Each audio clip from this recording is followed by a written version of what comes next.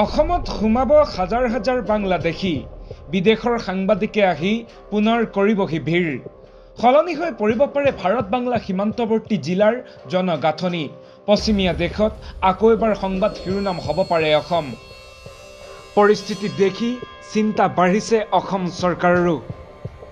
যুঁজত তেতিয়াৰ শক্তিশালী জিন্নাৰ দেশক পৰাজিত কৰি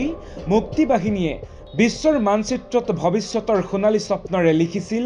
এখন দেশৰ নাম বাংলাদেশ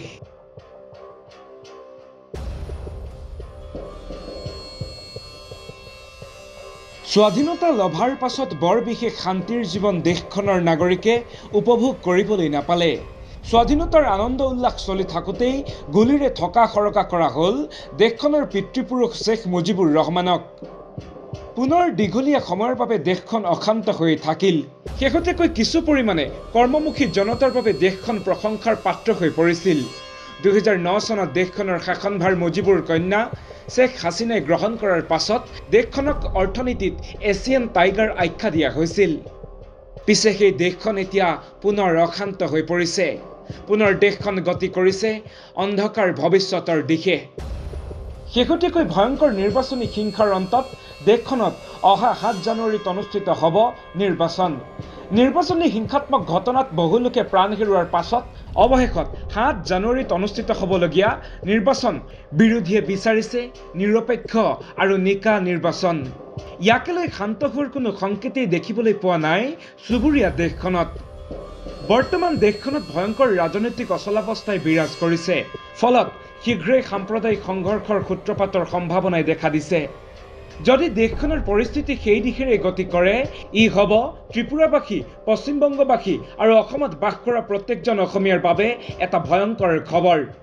আৰু যদি সঁচাকৈয়ে তেনেকুৱাই হয় তেন্তে পুনৰ নামি আহিব 60 আৰু 70 দশকৰ দৰে পৰিৱেশ হয়তো পুনৰ সীমান্তত শাৰী পাতিব শৰণাৰ্থীয়ে হয়তো আকৌ আন্দোলন হ'ব পুনৰ সৃষ্টি হ'ব নতুন নতুন নেতাৰ হয়তো পুনৰ সলনি হৈ পৰিব অসম মুলুকৰ ৰাজনৈতিক বিষয় প্ৰাথমিক দৃষ্টিৰে এই বিষয়বোৰ চকু ফুৰাই পাতলীয়া বুলি ওলাই নকৰিব এইবাৰ চুবুৰীয়া দেশখন পুনৰ অশান্ত হোৱাটো কোনো ডাঙৰ কথা নহয় কিয়নো দেশখনৰ এইবাৰৰ নিৰ্বাচনত এন্ট্ৰি মাৰিছে দুই মহাশক্তিধৰ চীন আৰু আমেৰিকাই দুখনকৈ মহাশক্তিধৰ দেশৰ চুবুৰীয়া বাংলাদেশৰ নিৰ্বাচনৰ প্ৰতি দেখিবলৈ পোৱা গুৰুত্বই ইংগিত ইতিমধ্যে দিছে যে এইবাৰ পৰিস্থিতি আৰু অধিক ভয়ংকৰ হৈ পৰিব পাৰে হিয়ে এইবাৰ এই সংঘৰ্ষই সাম্প্ৰদায়িক ৰূপ লোৱাৰ পূৰ্ণ সম্ভাৱনা আছে অৱশ্যে দেশৰ বৈদেশিক নীতি অনুসৰি ভাৰত বৰ্তমানো নীৰৱ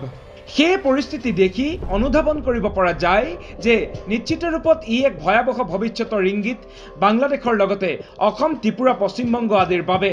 যেন সময় পুনৰ ইতিহাস লিখাৰ দিশেৰেই ধাৱমান হৈছে যি ইতিহাসে দিব নতুন সৃষ্টি নতুন কৃষ্টি নিউজ ডেস্ক ৰিপৰ্ট বাৰ্তা এনি